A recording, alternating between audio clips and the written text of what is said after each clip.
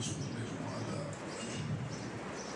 رسوله النبي الأمين الحنين الكريم الرؤوف الرحيم. أما بعد فأعوذ بالله من الشيطان الرجيم. بسم الله الرحمن الرحيم. يوم ترى المؤمنين والمؤمنات يسعى نورهم بين أيديهم وبأيمانهم بشراكم اليوم جنات تجري من تحتها الأنهار خالدين فيها ذلك هو الفوز العظيم. صدق الله مولانا العظيم. اللہ رب العزت کی توفیق اور حضور نبی رحمت صلی اللہ علیہ وآلہ وسلم کی نگاہ لطف و کرم سے ہم آج کی جمعۃ المبارک کی نشست میں حاضر ہیں. دعا ہے اللہ کریم ہماری حاضری اپنی بارگاہ میں قبول فرمائے. سامعین ذی وقار، ہماری گفتگو کا سلسلہ ایک انتہائی اہم تربیتی عنوان پر جاری ہے.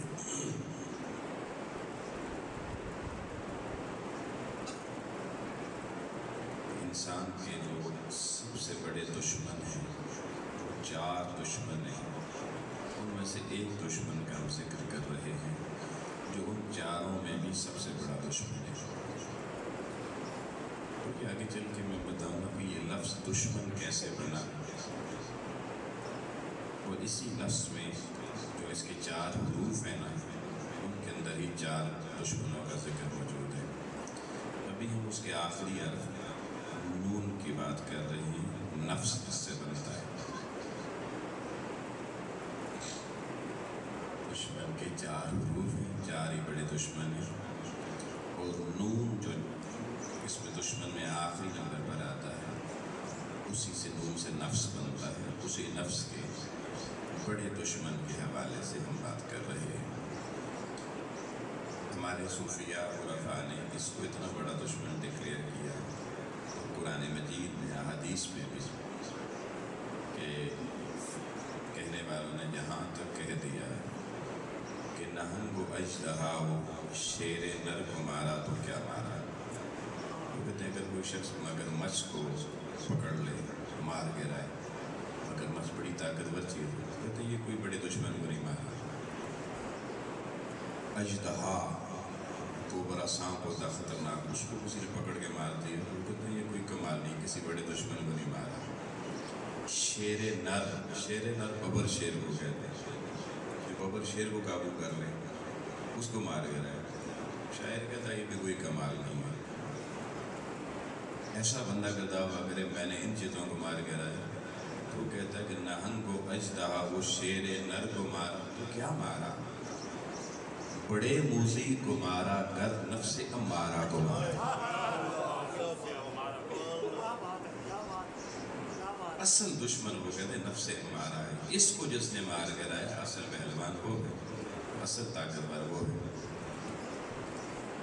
تو اس لیے یہ بڑی خطرناک چیز ہے. اور ہم اس سلسلہ گفتگو میں پچھلے جمعے کو انتہائی اہمیت کی حامل گفتگو کرتے ہوئے ہم اس نقطے پر پہنچے تھے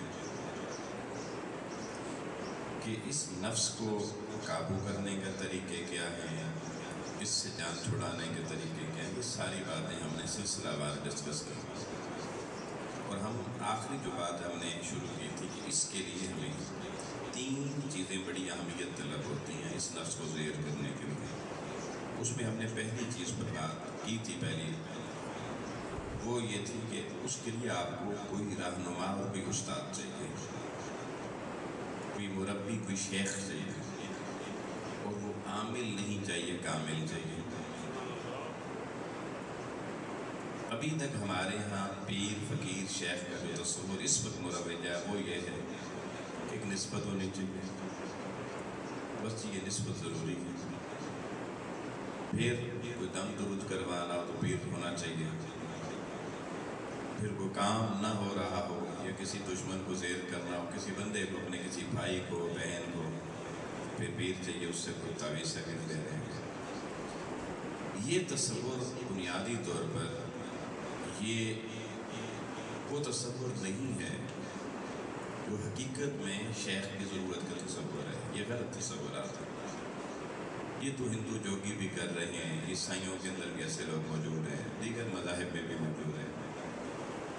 اصل چیز تھی جو رہنما چاہیے تھا روحانی، جس نے روح کو طاقتور کرنے کا سامان دینا تھا، نفس کو کمزور کرنے کا سامان دینا تھا، اور اس نے اس کی تزکیہ مجاہدہ کروانا تھا، ریاضیات کروانی تھی، ذکر کی کثرت کروانی تھی، جس کے نتیجے میں پھر نفس کمزور ہوتا اور نفس مطیع ہو جاتا انسان کا، روح کے تابع ہو جاتا، پھر نفس کی اپنی خواہشات نہ ہوتی، جو روح کا تقاضا ہوتا وہی نفس کا تقاضا ہوتا۔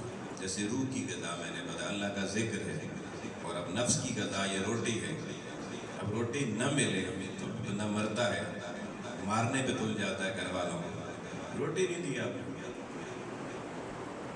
لیکن وہ آپ کی روح کا کوئی سامان آپ کو نہ دے اللہ کے ذکر کا، تو آپ کو کوئی فرق نہیں پڑتا۔ اس کا معنی یہ کہ ابھی آپ کا پورا اپنے وجود، اپنا روح، قلب، سب کچھ نفس کے تابع کیا ہوا ہے، نفس کی ضرورت پوری ہو گئی، آپ مطمئن خراٹے لے رہے ہیں، سب کچھ پورا ہو گیا۔ یہ تصور دنیا داری کا، مادیت کا، حوث کا ہے۔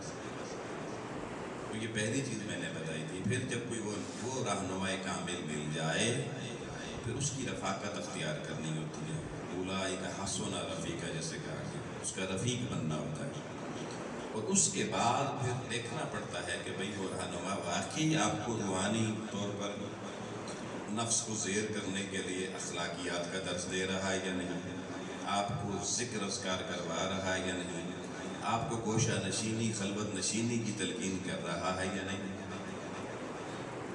اس نے آپ کو نفس کو زیر کرنے کے طریقے بتائے ہیں، روحانی اسباق بتائیں یا نہیں بتائے، کہ نفس امارہ کو نفس مطمئنہ تک لے جانے کا جو سفر ہے وہ کیسے طے کرنا ہے، پھر نفس مطمئنہ سے نفس کاملہ صافیہ تک کیسے جانا ہے۔ اگر تو ایسا شیخ، ایسا رہنما میسر ہے، پھر اپنے آپ کو اس کے حوالے کر دینا چاہیے مکمل طور پر، تاکہ وہ پھر آپ کو جیسے گائیڈ کرے، جیسے رہنمائی کرے، بالکل ایسے جیسے آپ کسی بچے کو کوئی کام سکھانے کے لیے کسی کاریگر کے پاس بھیجیں، فریجوں کا کام کروا دیں، گاڑیوں کا میکینک بنا دیں، تو وہ پھر اس کے کان پکڑے، اس کو جناب ڈانٹ ڈپٹ کرے، کچھ بھی کرے، آپ اس کو نہیں کہتے آپ نے اس کو کیوں ڈانٹا ہے، آپ کہتے نہیں کام سکھا رہا ہے۔ جو بچہ جب تک اپنے آپ کو میکینک کے حوالے نہیں کرے گا مکمل طور پہ، تو وہ کام نہیں سیکھے گا۔ وہ کہے بھئی یہ پکڑو گوٹی، راڈ پکڑو، یہ فلانا پیچ کاس، وہ کہے مجھے نہیں پتا، پھر تو نہیں بات بنے گی۔ وہ ساری زندگی بھی تو بیٹھا رہے، وہ کہے کہ نہیں استاد جی آپ مجھے پھونکے مارنا سکھا دیں، تعویذ دینا، تو اس سے مشینیں نہیں ٹھیک ہوگی۔ یہی کام ہے، یہ جسم کی مشین ٹھیک کرنی ہے، یہ مشینری نفس کی، اس کے اندر میں نے بتایا تھا 4 عناصر سے بنا ہے، ساری ڈیٹیل بتا چکا ہوں۔ اگر اس میں مٹی زیادہ ہو تو کیا ہوگا، آگ زیادہ ہو تو کیا ہوگا، ہوا زیادہ ہو تو کیا ہوگا، پانی زیادہ ہو تو کیا ہوگا، ان اثرات کو کیسے اعتدال پہ لانا ہے، اس کے لیے مجاہدہ چاہیے۔ اور دنیا کا کوئی بھی کام وہ رہنما کے ساتھ ہوتا ہے۔ اللہ نے کتاب قرآن دے دی ہدایت کی، مگر اس کے لیے قرآن بعد میں بھیجا، رہنما محمد مصطفیٰ کی شکل میں پہلے بھیجا۔ تو یہ ہم باقی ساری دنیا کے بعد میں یہ بات تسلیم کرتے ہیں کہ آپ کا بچہ انگلش استاد کے بغیر نہیں پڑھ رہا، میتھمیٹکس استاد کے بغیر نہیں پڑھ رہا، فزکس کیمسٹری بایولوجی استاد کے بغیر نہیں پڑھ رہا، ہر چیز میں استاد، ہر چیز میں استاد۔ لیکن جب روحانی طور پر آتے کے بعد تو پھر کہتے ہیں اس کی کیا ضرورت ہے، یہ کہاں لکھا ہوا ہے؟ تو جو کہ یہ کہاں لکھا ہوا اسے کہے انگریزی پڑھانے کے لیے ٹیچر جی یہ کہاں لکھا ہوا ہے، میتھمیٹکس کے لیے ٹیچر یہ کہاں پہ لکھا ہے؟ یہ تو فطرت کے قوانین ہیں، اصول ہیں، اس کے لیے لکھا ہونا نہیں، ایک جنرل قانون ہے، ہر چیز سیکھنے کے لیے کسی استاذ کی ضرورت ہے۔ تو یہ پہلی چیز ہے۔ پھر جب وہ رہنمائے کامل مل جائے تو پھر وہ آپ کو بتاتا ہے کہ آپ کی کیا غلطیاں ہیں۔ یہ میں نے مثال دی تھی، جیسے بچہ امتحان میں جاتا ہے، وہ تو اپنی طرف سے پیپر صحیح لکھ کے آتا ہے، لیکن اوپر کوئی چیک کرنے والا ہو تو وہ دیکھ کے بتاتا ہے یہ بھی غلطی ہے، یہ بھی غلطی ہے، یہ بھی غلطی ہے۔ بچے سے پوچھے وہ تو پورے 100 نمبر اپنے لگائے گا، لیکن ادھر کیا پتا پاس ہی نہ ہو۔ اسی طریقے سے پھر کچھ لوگ ایسے ہوتے ہیں وہ مشائخ ان کو مل بھی جائیں نا تو وہ کہتے ہیں پیر سے ڈاٹے مل گئے پر انہیں میری اندر کی غلاظت کا پتہ نہیں چلنا چاہیے، چھپاتے ہیں، وہ ڈیکوریٹڈ ہو کے جاتے ہیں سب کو خوشبو وغیرہ لگا کے تاکہ خوشبو آئے پیروں کو مجھ سے، اپنی بدبو چھپاتے ہیں۔ یہ ایسے کہ جیسے آپ کو ڈاکٹر تو کامل مل گیا، کوئی مریض آپ کو مرض تھی اور آپ صحیح ڈاکٹر تک پہنچ گئے جو اس مرض کا علاج کر سکتا ہے، لیکن آپ نے اس کو اپنا مرض کی ہوا ہی نہیں لگنے دی، بتایا ہی نہیں، اور باہر نکل کر خوش ہو جی دیکھو جی ڈاکٹر کو کمال ہو گیا نا جی میں نے مرض پتہ ہی نہیں چلنے دی، تو بابا نقصان کس کا ہوا؟ ڈاکٹر کا تو کوئی نقصان نہیں ہوا کیونکہ مرض آپ میں ہے، نقصان آپ کا ہو رہا ہے، ڈاکٹر کو بتا دیتے پتہ چل جاتا تو وہ علاج کر جاتا۔ شیخ کامل پھر جو ہوتا ہے اس کا کام ہوتا ہے جب آپ اپنا سب کچھ اس کے سامنے رکھ دیتے ہیں تو وہ علاج کر دیتا۔ صحابہ صحابیات کا یہ طریقہ تھا، ان کے مرشد اکمل حضور نبی اکرم خود تھے، ان سے کوئی گناہ ہو جاتا وہ ساری دنیا سے چھپاتے لیکن حضور کو آ کے بتاتے، سیدھا کہتے حضور یہ وہ غلطی ہو گئی۔ حتیٰ کہ آپ نے سنا ہوگا کہ خاتون کو مشہور حدیث ہے، ایک خاتون غیر شادی شدہ خاتون بیوہ تھی جو بھی، تو اس سے کوئی ایسا عمل بد سرزد ہو گیا، اس نے حضور کی بارگاہ میں آ کے صاف صاف کہہ دیا حضور مجھے جو سزا بنتی ہے دے دیں، مجھے پاک کر دیں، میرا تزکیہ کر دیں۔ حضور نے وہ پھیر لیا، وہ ادھر سے آ گئی، وہ ادھر کر لیا، چاروں اطراف حضور نے وہ پھیرا، وہ ہر طرف سے آ کے یہ کرنے کا مجھ سے ہوا ہے۔ پھر حضور نے کہا ممکن ہے تو غلط سوچ رہی ایسا نہ ہو، اس نے کہا نہیں ہوا، ورنہ اس وقت ممکن ہے کہ تیرا دماغ سیٹ نہ، اس نے کہا سب کچھ سیٹ ہے۔ پھر کہا اچھا اگر ایسا ہوا تو کوئی اگلا سلسلہ تو نہیں ہو گیا؟ اس نے کہا وہ بھی ہو گیا ہے، میں وہ بات نہیں کر سکتا۔ حضور نے کہا چلیں پھر بچے کی ولادت تک انتظار کریں، پور جائے گی ممکن ہے۔ وہ بچہ پیدا ہوا، وہ پھر آ گیا، حضور مجھے پاک کر دیں، مجھے تزکیہ کر دیں۔ حضور نے پھر کہا بھائی اس کا کیا قصور، اس کو دودھ پلائیں تاکہ بچے سے اٹیچمنٹ وہاں کی ہو جاتی ہے، پھر وہ کہتے ہیں چلو کوئی نہیں ہو گیا تو کیا ہو گیا، بچ جائے۔ حضور اس کو بچا رہے ہیں، جب وہ بچہ دودھ اس نے مکمل پلا دیا، بچہ دوسری خوراک پہ چلا کہ وہ پھر حضور کے پاس آئے، اس نے کہا حضور غلطی ہوئی تھی، تزکیہ چاہیے، جو سزا بنتی دے دی۔ اب حضور نے صحابہ سے کیسے لے جاؤ، اسے پتھر مار کے سنسار کر دیا۔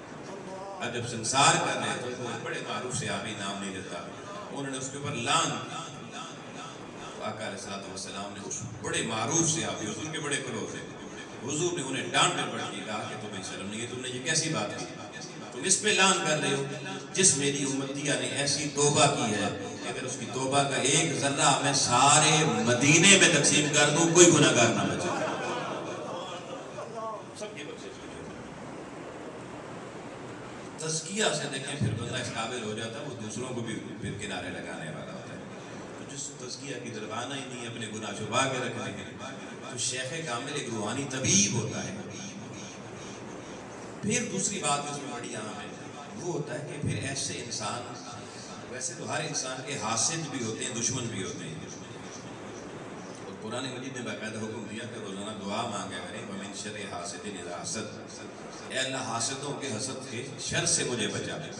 یہ دعا ضرور کریں لیکن حاسدوں سے لڑنا نہیں ہے، دشمنوں سے لڑنا نہیں ہے، بلکہ بزرگ فرماتے ہیں روحانی سبب یہ ہے، تزکیہ کے لیے جو ضروری ہے، نفس کو زیر کرنے کے لیے ضروری ہے کہ وہ دشمن اور حاسد انہیں اللہ تعالیٰ نے آپ کو اوپر تھانے دار بنا دیا، سمجھ لیں وہ کوئی نہ کوئی آپ کا عیب نکال کے کوئی نہ کوئی اس سے اپنی اصلاح کریں۔ ممکن ہے آپ کو بھی وہ عیب نہ بتاؤں جو دشمن حاسد نکال کے لیا، اور ایسا ہی ہوتا ہے کیونکہ ان کی نظر ہر حوالے سے آپ کی کمزوریاں پر ہوتی ہیں، ان کو بھی اپنا دوست سمجھتے ہیں۔ کیوں؟ روحانی اصلاح میں دشمنوں اور حاسدوں کا بڑا ہاتھ ہوتا ہے۔ اگر کوئی روحانی اپنی بہتری کرنا چاہے اس کا آسان طریقہ کار یہ کہ وہ حاسدوں سے لڑنا نہ سیکھے، ان کی باتوں پہ غور کرنا سیکھے، یہ روحانی دوسرا سبب ہے۔ اور تیسری بات یہ ہے کہ وہ لوگوں سے عبرت حاصل کرے۔ کیسے؟ ایک گناہ فلاں بندے نے کیا، اس کے ساتھ یہ ہوا، بہت سے ایسے واقعات ہوتے ہیں نا، کوئی بندہ چوری کرتے ہوئے پکڑا گیا، اس کو پھینٹی لگی، ننگا کر دیا گیا، منہ کالا کر دیا گیا، کئی اس طرح کے واقعات ہوتے ہیں۔ اس نے کوئی ایسا واقعات دیکھا تو وہ اپنے نفس کو سمجھائے کہ بیبا دیکھ تو بھی اگر اللہ کا چور بنے گا، اس دنیا میں بچ بھی گیا تو قیامت کو منہ کالا ہو جائے گا۔ اس سے عبرت لے کر اپنے نفس کو روکے ان چیزوں سے۔ یہ تین نفات بڑے عام ہیں۔ سب سے پہلی چیز کسی کامل رہنما کو تلاش کرنا، اور نمبر 2 حاسدوں اور دشمنوں کو صرف دشمن سمجھ کے ان کے خلاف سفارانہ ہو جانا، ان کی باتوں سے استفادہ کر کے روحانی رہنمائی اور تزکیہ کا سامان اپنے آپ کو فراہم کرنا، اور تیسری چیز یہ دوسرے لوگوں کی عبرتناک واقعات سے سبق حاصل کرنا اور اپنے نفس کو سبق سکھانا۔ جب یہ 3 چیزیں پتہ چل گئی، اب احباب گرامی میں آپ کو جس اگلی گلی میں لے کے جا رہا ہوں وہ بڑی اہم ہے۔ دیکھیں دنیا میں جیسے ماں کے پیٹ میں میں کہا کرتا ہوں کہ انسان کی جسم کی تکمیل ہوتی ہے، اعضاء بنتے ہیں، جسمانی نشو و نما کے سارے مرحلے بنیادی طور پر اعضاء کے بننے کے وہ ماں کے پیٹ میں ہو جاتے ہیں، پھر بندہ اس دنیا کے پیٹ میں آ جاتا ہے، اور اس میں آ کر انسان نے اپنی شخصیت کو مکمل کرنا ہوتا ہے، روحانی طور پر تزکیہ کر کے ہر کھوٹ کو، ہر میل کو، ہر کثافت کو، ہر خجالت کو اپنے اندر سے نکالنا ہوتا ہے۔ یہ مقصود یہاں۔ آپ کو بچہ وہاں کے پیٹ میں اور اعضاء ہی نہ بنے تو انسان بن سکے گا؟ ادھر آ کے بندہ بننا، بندہ تب بنے گا جب وہ اپنی میل کثافتیں کھوٹ اندر کا نکالے گا، اسی کو تزکیہ کہتے ہیں، اور وہ سارا گند نفس کے اندر کھلا ہوا، محنت ساری اس کے اوپر کر دی ہے۔ اب یہ کیوں اللہ محنت کرواتا ہے؟ یہ اس لیے کرواتا ہے کہ ہے بندے کا خمیر جسم کا بشریت مٹی، لیکن روح کا خمیر مٹی نہیں ہے، بشریت نہیں ہے، وہ نور سے خمیر اس کا بنا ہے۔ واللہ نور السماوات والارض جسے کہا گیا، وہی اللہ پاک نے وَنَفَخْتُ فِيهِ مِن رُوحِي، انسان کے اندر اپنی روح کا وہ نور رکھا ہے۔ اب جب انسان روحانی طور پہ محنت کرتا ہے، تزکیہ کرتا ہے اور نفس کو تمام رذائل نفسانیہ سے پاک کر لیتا ہے، پھر اس کے من میں، قلب کے اس اندر کی سرزمین پر پھر نور پیدا ہونا شروع ہوتا ہے۔ بھائی اب بات سمجھنے والی ہے۔ اب جنہوں نے یہ نور کبھی زندگی میں دیکھا ہی نہیں ہے، ان کے قلب میں نور پیدا ہی نہیں ہوا ہے، انہیں یہ بات سمجھ بھی نہیں آتی، وہ کہتے ہیں بس ایم مولوی لگے رہتے ہیں۔ یہ ایسے ہے جیسے جس نے زندگی میں کبھی آم نہ کھایا ہو، آپ اسے 2 سال کا کورس کروا دیں آم کے ذائقے پر، اس کو نہیں سمجھ میں آئے گا، اس کے لیے پھر محنت کریں، وہ آم کھانا پڑتا ہے۔ ایسے یہ جو میں باتیں بتا رہا ہوں آپ سنیں، لیکن جب آپ عملی طور پہ یہ کریں گے اس تاثیر تک پہنچیں گے اور وہ نور پیدا ہوگا، پھر آپ کو سمجھ میں آئے گی یہ نور کتنی بڑی چیز ہوگی، یہ نور کیسے آپ کی حفاظت پھر کرتا ہے اور اس کی کتنی ضرورت ہے۔ لیکن قرآن پہ ہمارا ایمان ہے، قرآن اگر کوئی بات کہہ دے، میری بات بے شک نہ مانے، میں اکثر اس لیے کہتا ہوں کہ مجھے نہ دیکھو میں کون ہوں، میرے ساتھ ممکن ہے کسی بندے کو میں اچھا نہ لگتا ہوں، میری شکل اچھی نہ لگتی ہو، میرا آنا ہی اچھا نہ لگتا ہو، سو باتیں، لیکن یار میں جو اللہ کا قرآن پیش کرتا ہوں اس پہ کوئی کہہ سکتا ہے کہ مجھے قرآن اچھا نہیں لگتا؟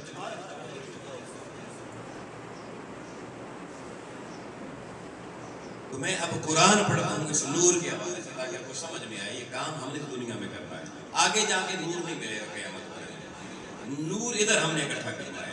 اور آج تک آپ نے دنیا کا مال، دنیا کے بنگلے، دنیا کی گاڑیاں، دنیا کی متاع، اولادیں، سب کچھ جو اکٹھا کیا ہوگا، یہ نور شاید ہی کوئی کا بندہ ایسا بیٹھا ہوگا جس کی زندگی کا یہ مطمع نظر ہوگا، باقی تو زندگیوں میں پتہ ہی نہیں ہے، نہ والدین نے بتایا، نہ استادوں نے بتایا کہ بھئی نور اکٹھا کرو، کیسے بتوار کو کیسے اکٹھا کرو، یہ موضوعات ہی نہیں۔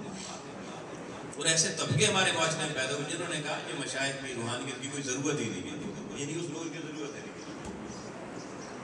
مٹی تھے مٹی رہو، مر جاؤ ختم ہو گئے بس چھٹی۔ آئیے میں نے آپ کے سامنے قرآن مجید کی سورہ حدید ہے جی، سورہ نمبر 57 ہے اور اس کی آیت نمبر 9 سے یہ مضمون شروع ہوتا ہے اور بہت توجہ طلب یہ مضمون ہے جی، لیکن میں وقت کا میں پیچھے سے زیادہ نہیں پڑھوں گا، آپ سارا مضمون خود پڑھیے گا۔ میں آیت نمبر 11 سے یہ مضمون پڑھتا ہوں۔ اللہ پاک نے فرمایا من ذا الذی یقرض اللہ قرضا حسنا، کون ہے جو اللہ کو قرض حسنا دے، فیضاعفہ لہ، اور اللہ تعالیٰ اس کے لیے اس کو کئی گنا بڑھا دے، کتنا بڑھا دے یہ نہیں کہتا، اپنی شان کے لائق کو بڑھا دے، وَلَهُ أَجْرٌ كَرِيمٌ، اور اس کے ساتھ اس کو اجر دے، لیکن وہ اجر ڈالر کی صورت میں نہیں، کریم کی صورت میں، اپنے کرم کی صورت میں، اس اجر کو اس نے اپنا کرم کہا ہے۔ اب وہ کرم کیا ہے؟ اگلی آیت میں فرمایا یوم تری المؤمنین، وہ کرم نظر کہاں آئے گا کہ قیامت والے دن نظر آئے گا مومنوں کو، والمومنات، اور مسلمان عورتوں کو، مردوں کو بھی اور عورتوں کو، جن کو وہ کرم مل گیا ہوگا، یوم قیامت والے دن طرح وہ دیکھیں گے مومنین والمومنات، مومن مرد اور مومن عورتیں، یسعی نورہم، اس کا کرم نور بن کر، یسعی وہ بھاگ رہا ہوگا، نورہم ان کا نور، بین ایدیہم ان کے آگے بھی، وبایمانہم ان کے پیچھے بھی۔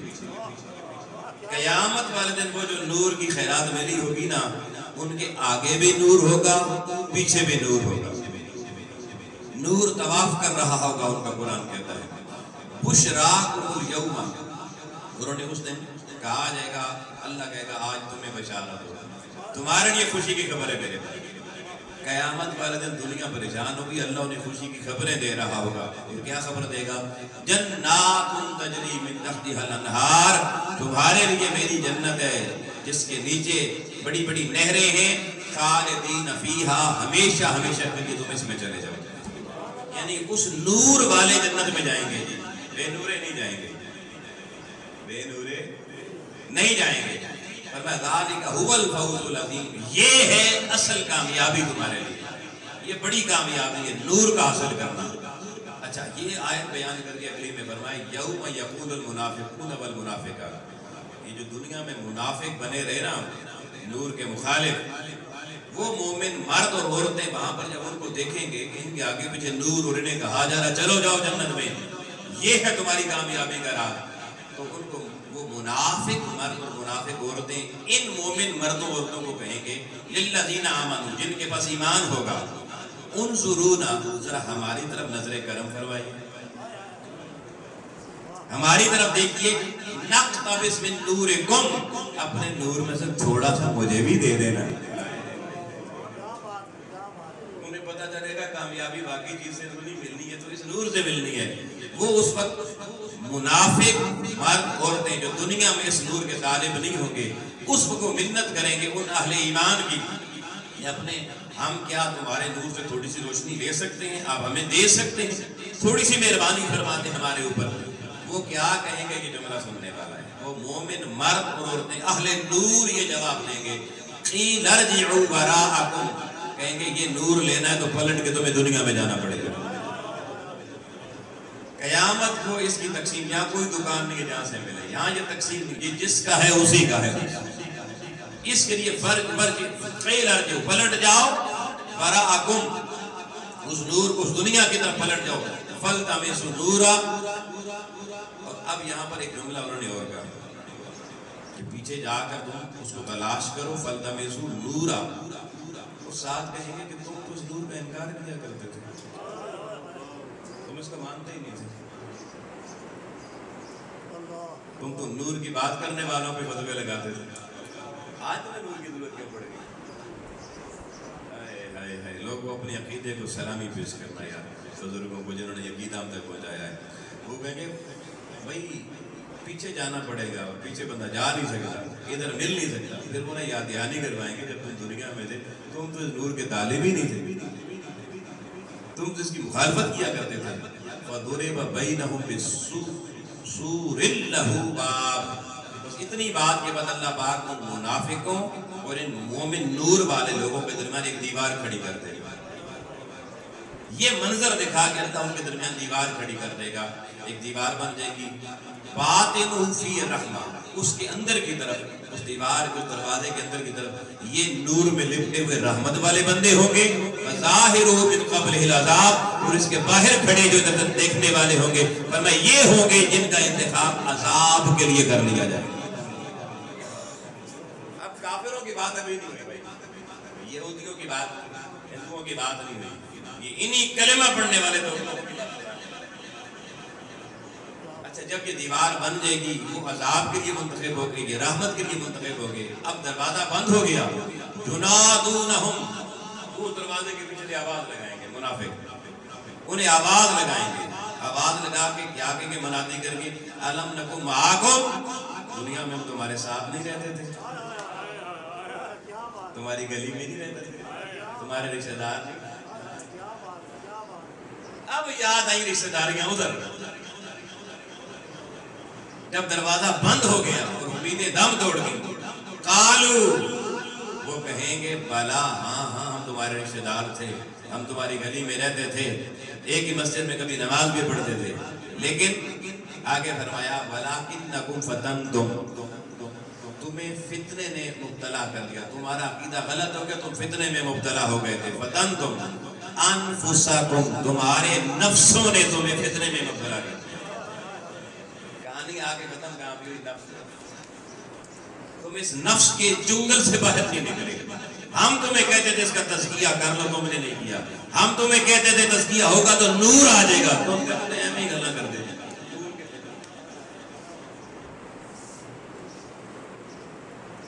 تو یہ جو فتنہ پیدا ہوگا کس وجہ سے؟ انفسکم، تمہارے نفسوں نے تمہیں یہ اس فتنے کا شکار کیا.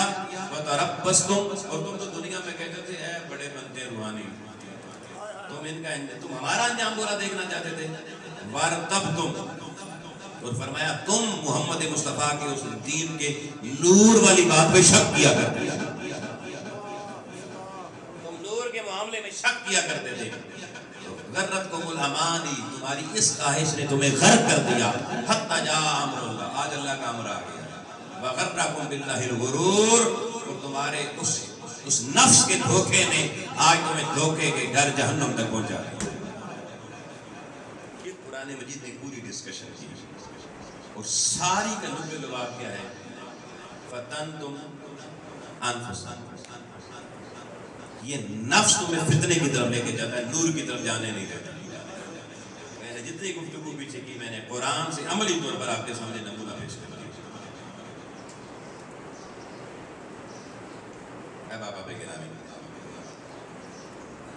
یاد رکھنا لوگوں کو پھر نفس ایسی قرآن کی تفسیریں بھی کرواتا ہے نا کہ الامان و الافیز. ایک جگہ میں نے گفتگو کی اللہ کی ولیوں پر، ایک بندے نے کہا بھائی سارے ہم اللہ کے ولی لگے. اس نے دلیل کتنی اچھی تھی دیکھ لی. اس نے کہا جی یہ پورے مجمع سے پوچھیں کہ سارے اللہ کے دشمن ہیں یا اللہ کے دوست ہیں؟ تو سارا مجمع میں اگر آپ پوری مسجد سے پوچھو بھائی آپ میں تو سارے اللہ کے دوست ہیں یا دشمن ہیں، تو آپ کیا کہیں گے؟ اس نے کہا دوست کو عربی میں ولی کہتے ہیں. پھر اس نے کہا ہر کلمہ پڑھنے والا اللہ کا ولی ہے. اس نے دلیل کی قرآن مجید کی سورہ بقرہ کی آیت نمبر 257 ہے کہ اللہ ولی الذین آمنوا یخرجون من الظلمات الی النور. اچھا اس نے اگلا حصہ نہیں پڑھا. اس نے کہا اللہ ہر کلمہ پڑھنے والے کا ولی ہے. میں نے کہا بھائی بات سنو، یہ ولایت عامہ ہے. جب بندہ کلمہ پڑھتا ہے تو اللہ اس کے لیے اپنی دوستی کا اعلان کر دیتا ہے، لیکن اس کا دوست بننے کی محنت کس نے کرنی ہوتی ہے؟ بندے نے کرنی ہوتی ہے. اور اگلا جملہ قرآن مجید کی اسی سورہ بقرہ کا میں نے کہا وہ بھی پڑھو تاکہ تمہیں پوری آیت سمجھ میں آئے. ادھوری آیتوں کے ادھورے حکم لوگوں کو پہنچا کے ان کو قرآن و سنت سے اور اس کی اصل تعلیمات سے دور نہ کرو. اگر احباب گرامی یہ مسئلہ آدھا آیت کا ٹکڑا نکالنا اور اسی کو سمجھ لینا یہ سب کچھ ہے. اب دیکھیں یہ آیت کیا ہے، اللہ ولی الذین آمنوا، اللہ ہر کلمہ پڑھنے والے کا ولی ہے. اللہ ولی ہے، وہ ولی نہیں ہے. ایک بندہ کہتا ہے میں تیرا دوست ہوں، اگلا بھی کہے نا میں بھی دوست ہوں. اگلا کیسے دوست بنے گا؟ اللہ پاک نے قرآن مجید فرمایا یخرجہم من الظلمات الی النور. اصل میں بندے تجھے اللہ کی دوستی نصیب تب ہوگی جب تو اس بشریت کی جو ظلمت اس سے نکل کر نور کی دنیا میں داخل ہو جائے گا. یہاں پر بھی نور کی دنیا میں جانا ہے. جی فرمایا پھر والذین کفروا، جس نے نور سے انکار کیا، اولیاءہم الطاغوت، وہ پھر اللہ کا ولی نہیں، وہ طاغوت کا ولی ہے. اللہ نے ان کو طاغوتی طاقتوں کا ولی اور ایجنٹ کہا ہے. وہ کیا کرتی ہیں؟ یخرجون من النور الی الظلمات. اگر بندے کے اندر تھوڑا بہت نور ہو بھی وہ عقیدہ خراب کر کے اس کو ظلمات میں لے جاتا ہے. نور کیا کرنا ہے، چھوڑو جی. فرمایا یہ جو بندے ہیں اولئک اصحاب النار، یہ دوزخی ہیں، ہم فیہا خالدون، ہمیشہ وہاں پر رہیں گے. تو یہ ولایت عامہ، پھر بھی میں کہتا ہوں جب اللہ کلمہ پڑھتا تو یہ ولایت عامہ ہے. اللہ کی دوستی کا عمومی اعلان ہے. لیکن اب اللہ نے جن دوستوں کو پھر پیٹنٹ اپنا دوست ہونے کا اعلان کیا، اگر وہ دیکھنا چاہتے ہیں تو قرآن مجید کی سورہ انفال میں آئیں، یہ سورہ نمبر 8 ہے اور اس کی آیت نمبر 34 ہے۔ اللہ پاک نے فرمایا ان اولیاؤہ الا المتقون، فرمایا میرا حقیقی ولی جو جس کو ولایت خاصہ ملتی ہے، یہ میرا ولی صرف وہ ہے جس کو اللہ کی بارگاہ سے تقوی کا نور نصیب ہو گیا، جسے تقوی کا نور، لیکن ساتھ کا ولیکن اکثر الناس لا یعلمون، اکثر لوگوں کو اس بات کی خبر ہی نہیں ہے۔ اب یہ جو کہا نا ان اولیاء اس کا ولی صرف وہ ہے، صرف وہ، یہاں الا الذین آمنوا لکھا الا المتقون کا، جس کو تقوی مل گیا۔ تقوی سر سے لے کر پاؤں تک ہر گناہ چھوڑنے کا نام ہے، ہر گناہ، اور گناہ تب چھوٹے گا جب نفس کو آپ زیر کر لیں گے، نفس کو قابو کر لیں گے۔ لیکن یہ ایسا بے ایمان دشمن ہے، موسی دشمن ہے، یہ ہر چیز میں حجت و دلیل پیش کرتے ہیں۔ آپ اس کو لاکھ سمجھانا چاہیے، آپ کسی بندے کو رشوت کیوں لیتے ہیں، وہ کہے گا یار میں نے رشوت لے کے کیا کرنا ہے، میں نے تو 2 روٹیاں کھانی ہوتی ہیں، میں نے کوئی تھوڑا ہی کوئی پورا تندور کھانا ہوتا ہے۔ الحمدللہ میرا گزر پر کیا کروں، اب اللہ نے بال بچے کی ذمہ داری ڈالی ہے، 5-7 بچوں کا باپ ہو، بیگم ہے، گھر کرائے کا ہے، بڑے خرچے ہیں، تو دیکھیں مجبوری میں تو کیا سور کھانا حرام ہے یا حلال ہے، مولوی کیا کہتے ہیں، وہی مجبوری میں تو کھا سکتے ہیں۔ احباب گرامی، جب مجبوری کی بات ہوگی تو کہے گا بھئی اب میرے اوپر میری اولاد، میرے گھر بار کا خرچہ نہ کا میرے اوپر پورا کرنا فرض ہے، تو میں فرض پورے کرنے کے لیے اگر لٹیروں سے کچھ لوٹ لیتا ہوں، لٹیروں سے جو لوگوں کو لوٹ کے آئے ہیں، حرام کا مال ان کے پاس تھوڑا سا اگر میں لے لیتا ہوں کیا فرق پڑے گا؟ لیکن نفس کے بہلانے کو غالب یہی خیال اچھا ہے، اس نے مطمئن کر لیا اپنے آپ۔ کسی چور کو کہتے چوری کیوں کی آپ نے، وہ کہتا ہے یار مجھے پتہ ہے رات کو جاگنا اللہ کی عبادت ہے یا نہیں؟ بندہ کہتا ہے رات کو جاگنا تو واقعی بڑا مشکل کام ہے، وہ کہتا ہے ساری رات جاگا کون ہے، میں، پھر چوری کرنے کے لیے جو میری طبیعت پہ خوف اور ڈر پیدا ہوگا، خوف کتنی بڑی چیز ہے، ڈر کتنی بڑی چیز ہے، تو دیکھیں جاگنے والا کام بھی میں نے کیا، خوف اور ڈرنے والا کام بھی میں نے کیا، اگر ایک تھوڑا سا کام غلط ہو گیا چوری والا تو پیچھے 3 نیکیاں بھی تو میرے پاس ہیں۔ آپ جا کے دکھاؤ، آپ اپنی جان ہتھیلی پہ رکھ کے دکھائیں نا، یہ کھیل کھیلنا کو آسان ہے۔ وہ کوئی 2 بچے تھے نا، 2 بھائی تھے، ایک بڑا تھا ایک چھوٹا تھا، استاد نے پوچھا ہاں بڑے بھائی سے پوچھا تمہیں کس نے پیدا کیا، نفس کے چکر بتا رہا ہوں، تمہیں کس نے پیدا کیا، اس نے کہا مجھے امی ابو نے پیدا کیا۔ اس نے چھوٹے بھائی سے پوچھا جو چھوٹا تھا کافی، اس سے کہا بیٹا تو بتا تجھے کس نے پیدا کیا، اس نے کہا مجھے اللہ نے پیدا کیا۔ استاد نے بڑے بھائی سے کہا یار شرم کرو، اتنے بڑے ہو کر تمہیں اتنا نہیں پتا کہ اللہ نے پیدا کیا، یہ چھوٹا اگر اس کو پتا ہے، اس نے وہ پکا سکتا ہے استاد جی اصل میں بات یہ ابھی ابھی دنیا میں آیا ہے، میں ذرا پہلے آیا تھا، میں بھول ہی گیا۔ لیکن لوجک تو آ گئی، دلیل آ گئی۔ ایک استاد تھا، بات تھوڑی سی ٹھیک نہیں ہے مگر سمجھانے کے لیے بتا رہا ہوں، وہ پڑھاتا تھا اسکول کالج میں، کسی کو وہاں لڑکے لڑکیاں اکٹھے پڑھتے تھے، کسی پختہ شاگردہ کے ساتھ اس کے اوپر عشق کا بھوت سوار ہو گیا، شادی نہیں کی، اس کے ساتھ منہ کالا کر دیا، وہ پریگننسی ہو گئی، سارا لوگ گئے پاگل آدمی پڑھا لکھا بندہ تھا، استاد تھا، یہ تو نے کیا کیا، تو ازل کر لیتا، اب ازل کیا ہوتا ہے یہ میں یہاں نہیں بتا سکتا، ٹھیک ہے تو نے منہ ہی کالا کرنا تھا پر وہ سلسلہ تو نہ ہوتا نا، ازل کر لیتا۔ اب اس نے کہا یار سوچا تو میں نے بھی تھا کہ ازل کر لوں، لیکن وہ میں نے کتابوں میں پڑھا تھا کہ ازل یہ مکروہ لکھا ہے بزرگوں نے، اس لیے میں نے کہا مکروہ کام کیا کرا، جو باقی کیا وہ کیا تھا۔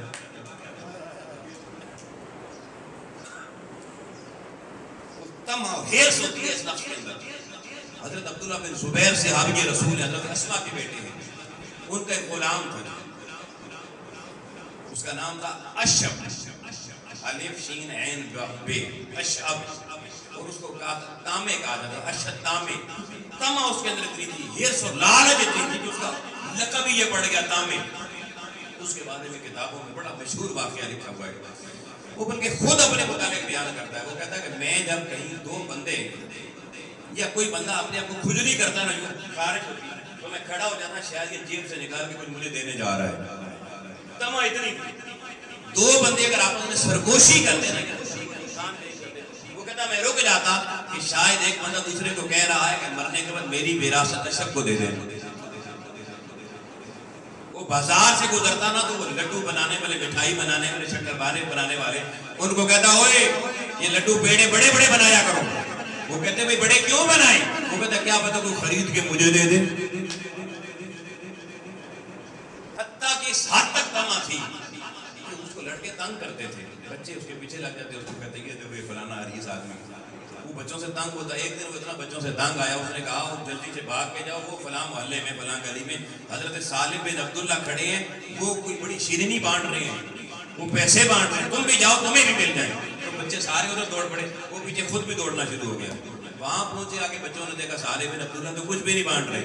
انہوں نے کہا پیچھے اس کو دیکھا کھڑا، یہ بھی پوچھا یار یہ تو نے ہمارے ساتھ کیا ڈرامہ لگایا؟ اس نے کہا یار میں نے تم تنگ کر رہے تھے، تم سے جان چھڑانے کے لیے یہ پریکٹس کی، تمہیں بھگا کے ادھر بھیجوں. کہا چلے ہم تو آگے، تو پیچھے پیچھے بھاگ کے خود کیوں آ گیا؟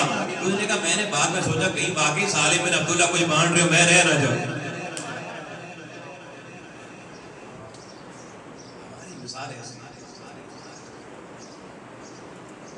ایسے لالچی ایسے وہ نفس کی خواہشات ہمیں اسی طرح کا. میں نے کچھ مثالیں آپ کے سامنے رکھی، سمجھ میں آئی. مگر آپ آبے گرامی آج کی گفتگو کی جو آخری بات کہہ رہا ہوں وہ بڑی آپ کی ساری چیزیں پھر آسانی سے زیر نہیں زبر ہو جائیں گی، سمجھ میں آ جائیں گی. وہ ایک بادشاہ تھا نا، اس کا ایک وزیر تھا. تو بادشاہ کی اپنی اولاد کوئی نہیں تھی. اس نے ایک وزیر سے پوچھا تیری اولاد ہے؟ اس نے کہا جی میرا ایک بیٹا ہے ماشاءاللہ چھوٹا سا. کہا یار اس کو کبھی محل میں لے کر آؤ نا بیوی بچوں کو، ہمیں بھی دکھاؤ. وہ اگلے دن لے آیا اپنا بیٹا. تو بادشاہ نے دیکھا بچہ بڑا خوبصورت بڑا پیارا بچہ تھا. اب اپنا بیٹا تھا نہیں. اس نے کہا یار ایسا ہے تمہیں میں ادھر محل میں ایک طرف میں رہائش گاہ دے دیتا ہوں، اس بچے کو اپنے گھر والوں کو ادھر ہی رکھو، میں بھی روزانہ اس کو دیکھتا رہوں گا، چلو میرا دل بھی بہلا رہے گا. اس نے کہا بادشاہ صاحب یہ بچے ہوتے ہیں روتے ہیں تنگ کرتے ہیں، آپ ڈسٹرب ہو گئے. اس نے کہا نہیں نہیں نہیں اس کو تو رونے تو دینا ہی نہیں ہے. اس نے کہا جی بچے کو کیسے چپے، کبھی کچھ مانگتے ہیں کبھی کچھ مانگتے ہیں، ذرا سا میرے تو رو پڑتے ہیں. اس نے کہا نہیں میں بادشاہ ہوں، میں سارے وزیروں خادموں کو حکم دیتے تو اس کی ہر خواہش پوری کی جائے گی، اس کو رونے نہیں دیا جائے گا. اب نفس کی مثال ذرا سمجھنا. میں نے کہا تھا نفس چھوٹے بچے کی طرح زندگی ہوتا ہے. اس نے کہا اچھا بادشاہ سلامت چلیں آپ کی مرضی ہے، ہمیں تو محل میں رہائش مل رہی ہے. اتنے میں بچہ رونا شروع ہو گیا. بادشاہ نے کہا بیٹا کیوں رو رہے ہو؟ اس نے کہا مجھے کھیلنے کے لیے ہاتھی چاہیے. بادشاہ نے کہا کوئی بات نہیں. وزیروں کا چڑیا گھر سے ہاتھ کے لیے بچے کو کھلاؤ. اس کے طرف وہ ہاتھی پکڑ کے لیا، بچہ کھیلنا شروع ہو گیا، چپ ہو گیا. اس نے کہا وزیر دیکھ اتنی سی بات تھی، بچہ دیکھے خوش ہو گیا، کیا فرق پڑ جاتا ہے. اس نے کہا بادشاہ سلامت ابتدائی عشق ہے ہوتا ہے کیا، آگے آگے دیکھیے ہوتا ہے کیا. چھوٹے بچے نے کہا ہاتھی لے جاؤ، مجھے اچھا نہیں لگتا. ہاتھی لے کے پھر رونا شروع ہو گیا. بادشاہ سے پوچھا بیٹا آپ کیا چاہتے ہیں؟ وہ کہنے لگا مجھے کھیلنے کے لیے ایک سوئی چاہیے. اس نے کہا بھائی سوئی لے آؤ. وزیر نے کہا حضور یہ اپنا ہاتھ پہ سوئی نہ چبو دے. اس نے کہا نہیں دو خادموں کو حکم دیا اس کی حفاظت کرنا، یہ سوئی سے کوئی نقصان نہ کرے. بچہ کھیلنا شروع ہو گیا. تھوڑی دیر کھیلتا رہا پھر اس نے سوئی پھینک دی، پھر رونا شروع ہو گیا. بادشاہ نے پوچھا اب کس لیے روتا ہے، اب تیری خواہش کیا بتا وہ بھی پوری کر دوں. اس نے کہا اب ہاتھی واپس لاؤ، سوئی مجھے پکڑاؤ، اور میں خوش تب ہوگا چپ تب کروں گا جب آپ ہاتھی کو سوئی کے سوراخ نکے میں سے گزار دیں گے. اب ہاتھی سوئی کے نکے میں سے گزر سکتا ہے؟ وزیر نے کہا بچہ رو رہا ہے، گزارو نا جی ہاتھی کو سوئی کے ناکے میں سے. اب بادشاہ بے بس کھڑا ہے. اس نے کہا حضور میں نے پہلے ہی کہا تھا ہر ضد پوری بچوں کی نہیں کی جا سکتی. اب آپ گرامی نفس بھی ایسے ہی ضدی ہوتا ہے. اس کی جب بندہ ضدیں خواہشیں پوری کرنا شروع کر دیتا ہے ساری زندگی لگا رہتا ہے، نفس پھر بھی راضی. اس کی یہ اس دن راضی ہوگا جس دن اس کو پکڑ کے اس کا تزکیہ کر کے روح کی غلامی میں دے دیں گے، یہ روح کے کنٹرول میں آ جائے گا. اس دن پھر اس کو سجدوں سے لذت ملے گی، عبادت سے لذت ملے گی، اللہ کے ذکر سے لذت ملے گی. اور جب تک ایسے نہیں کریں گے یہ ایسی عجیب چیز ہے نا، یہ بندے کو ایسے گھما دیتا ہے. اچھا بڑی مزے کی بات ہوا کہ نیکیاں بھی کرواتا ہے مگر وہ نیکی نہیں کرنے دیتا جو اللہ کا حکم اور رسول کا حکم ہوتا ہے. مثال کو تمہیں نماز پڑھنا اللہ کا حکم ہے، 5 وقت کی نماز ہے، یہ بندے کو نماز نہیں پڑھنے دے گا اور تسبیح پڑھتا ہوا کہے گا اللہ ہو کر، وہ بیٹھا اللہ ہو لگا ہوا. اب اللہ کرنے کا حکم تو نہیں ہے نا باقاعدہ، اونچی اونچی آپ اللہ کریں، یہ حکم ہے نہیں، یہ کوئی فرض نہیں ہے، لیکن نماز پڑھنا فرض ہے۔ اب اسے کہ وہ کہتا دیکھو میں اللہ کا ذکر ہی تو کرتا ہوں۔ ایک بندہ مجھے زندگی میں ملا، وہ کہتا جی میں پچھلے 25 سال سے لگاتار روزہ رکھ رہا ہوں، صائم الطہر ہوں۔ میں نے کہا یار ایسے کرو، یہ سنت نہیں ہے، تم ایسے کرو ایک دن روزہ رکھا کرو، ایک دن ناغا کیا کرو، یہ سنت ہے۔ وہ چند دنوں بعد ملا، میں نے کہا کہتے نہیں جی وہ نہیں رکھا جاتا جی، ایک دن چھوڑ دوں پھر وہ عادت بھول جاتی ہے، میں تو روز ہی رکھتا ہوں۔ اب نفس نے اس کو گھمایا ہوا کہ سنت پر نہیں چلنے دے رہا کہ ایک دن چھٹی کرو ایک دن روزہ رکھو، روز رکھ رہا ہے، مشکل کام کر رہا ہے، لیکن حضور کی سنت کے قریب نہیں آنے دے۔ یہ نفس کے عجیب قسم کے مکر ہوتے ہیں، فریب ہوتے ہیں، اور آج ہمارے جو بچے تھوڑے مذہبی وہ اس مکر کا کثرت سے شکار ہوتے ہیں، وہ انہیں اصل فرائض کی طرف نہیں آنے دیتا۔ اب مسجد میں نماز پڑھنا فرض ہے نا، اور یہ زیادہ اعلیٰ حکم رسول ہے، یہ کہ کوئی گھر پڑے یعنی اصل حکم سے ہٹا کے پیچھے لے جائے گا۔ اس لیے آپ اس نفس کی فریب کاریوں کو سمجھیں۔ میں نے یہ ابھی ایک طویل مضمون ہے، ہمارے ائمہ صوفیاء اور افا ساری زندگی اسی کے درس دیتے رہے، لیکن میں نے کچھ نہ کچھ اس کی بنیادی چیزیں آپ کی گوش گزار کی ہیں تاکہ وہ سمجھ آ جائے، اس حوالے سے آپ کوئی پلان اپنے لیے ترتیب دے سکیں۔ میں ان سے اگلے جملے سے باقی 3 دشمنوں کی طرف بڑھوں گا اور ایک ایک کر کے ان کے متعلق بھی آپ کو بتاؤں گا۔ دعا اللہ کریم کی ذات ہم سب کو اپنے ان دشمنوں کو صحیح معنوں میں زیر کرنے کی توفیق عطا فرمائے۔ آخری جو بات آج بتانا چاہتا ہوں آپ کو بڑھیا دیکھیں، فلسطینی بھائی آپ کے ظلم کی آگ لگی ہوئی ہے، اور سرکاری اعداد و شمار کے مطابق 51,000 فلسطینی لقمہ اجل بن چکے ہیں۔ حقیقت کیا یہ اللہ جانتا ہے، اور مسلم حکومت نے OIC اور ہمارے جتنے پلیٹ فارم ہیں وہ سارے 81 کی گولیاں کھا کے ہمیشہ کے لیے سوئے ہوئے ہیں۔